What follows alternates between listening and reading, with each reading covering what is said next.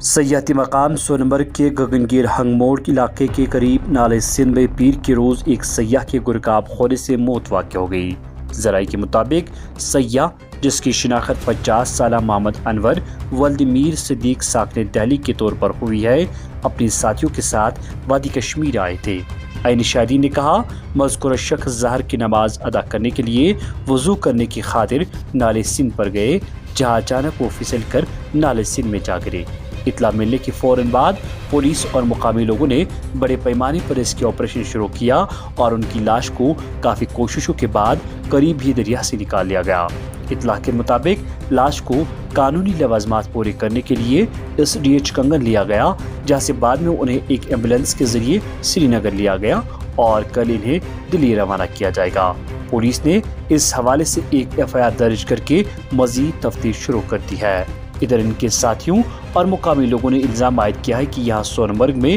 بنیادی سہولیات کی عدم دستیابی ہے، جس کی وجہ سے اس طرح کے حادثات پیش آتے ہیں۔ انہوں نے کہا اگر ایسی جگہوں پر بیت الخلا وضو خانے وغیرہ ہوتے تو شاید ہی کوئی سیاح نالے سندھ کی طرف جاتے۔ انہوں نے مزید کہا سیاحتی مقامات پر ایسے واقعات سے نمٹنے کے لیے تمام وسائل بھی دستیاب ہونے چاہیے۔ پیشے پہلی آن لائن کے لیے سہیل مقبول کی یہ خصوصی رپورٹ۔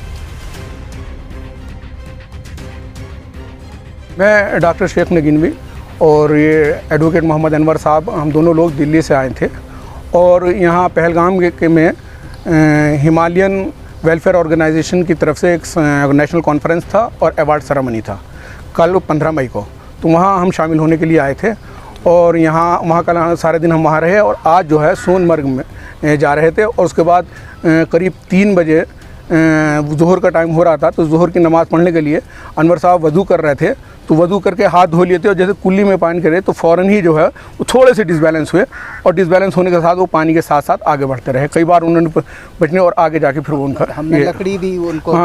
پکڑائی تو وہ کوشش کی لیکن پکڑ نہیں پائے۔ صاحب نے وہاں پہ آگے جا کے وہاں پہ انہوں نے بھی کوشش کی، ہاتھ پکڑنے کی کوشش کی لیکن ان سے بھی وہ سلپ ہو گئے۔ پانی کے جو وہ تھے تو اس میں وہ پھر وہاں آگے جا کے پتھروں میں مطلب اس کے جو وہاں پہ پارک تھا، پارک کے اس پار جا کے وہ خود ہی جا کے اپنا پتھروں میں اٹک گئے، باڈی ان کی سجدے کی حالت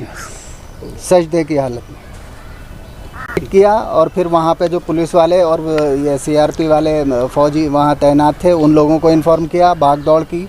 اور پھر ایک جو انسپیکٹر ہیں وہ ہمارے ساتھ ملے، ہم دور تک پہلے دیکھنے گئے ان کو نہر پہ تقریباً 10 کلومیٹر، اور پھر ہم وہاں سے واپس آئے اور جب واپس آئے تو پھر ان کی شرٹ اوپر ایسے ہوا بن گئی، اس میں پانی کے ریلے کے ساتھ ہوا بنی تو لوگوں کو لگا کہ یہ کچھ ہے، تو پھر یہ ایسے دریافت ہو گئے اور سجدے کی حالت میں تھے۔ میں sir Mudassir Ahmed, all India national youth general secretary JDU۔ مجھے ابھی کچھ ٹائم پہلے فون آیا، یہ گیسٹ دلی سے تھے تو ان کا فون آیا تھا مجھے کہ ایسے حادثہ ہو گیا۔ اس کے بعد ہم موقع واردات پہ پہنچ نہ سکے، لیکن ایک چیز میں گاندربل ایڈمنسٹریشن سے بالکل گاندربل ایڈمنسٹریشن فیلئر رہ چکی ہے۔ آپ دیکھ لو کتنے وہاں پہ ڈیڈ باڈی آج تک ہو گئی، جیسے کہ یہ دلی سے آ گئے، ایک ٹورسٹ ہمارا ایک مہمان آ گیا تھا دلی سے، آج یہ وہاں پہ گئے تھے، یہ وضو بنا رہا تھا، وہاں پہ وضو بنا رہا تھا کہ اس کی لات پھسل گئی۔ یا آپ سوچ لے کہ ڈسٹرکٹ ایڈمنسٹریشن کتنے کمزور ہے ہمارے وہاں پہ اگر یہ 10 روپیہ لیتے ہیں وہاں پہ اور ان کو وہاں پہ فیسلٹیز رکھنی ہے نا، ان کو وہاں پہ کیا کرنا ہے، ان کو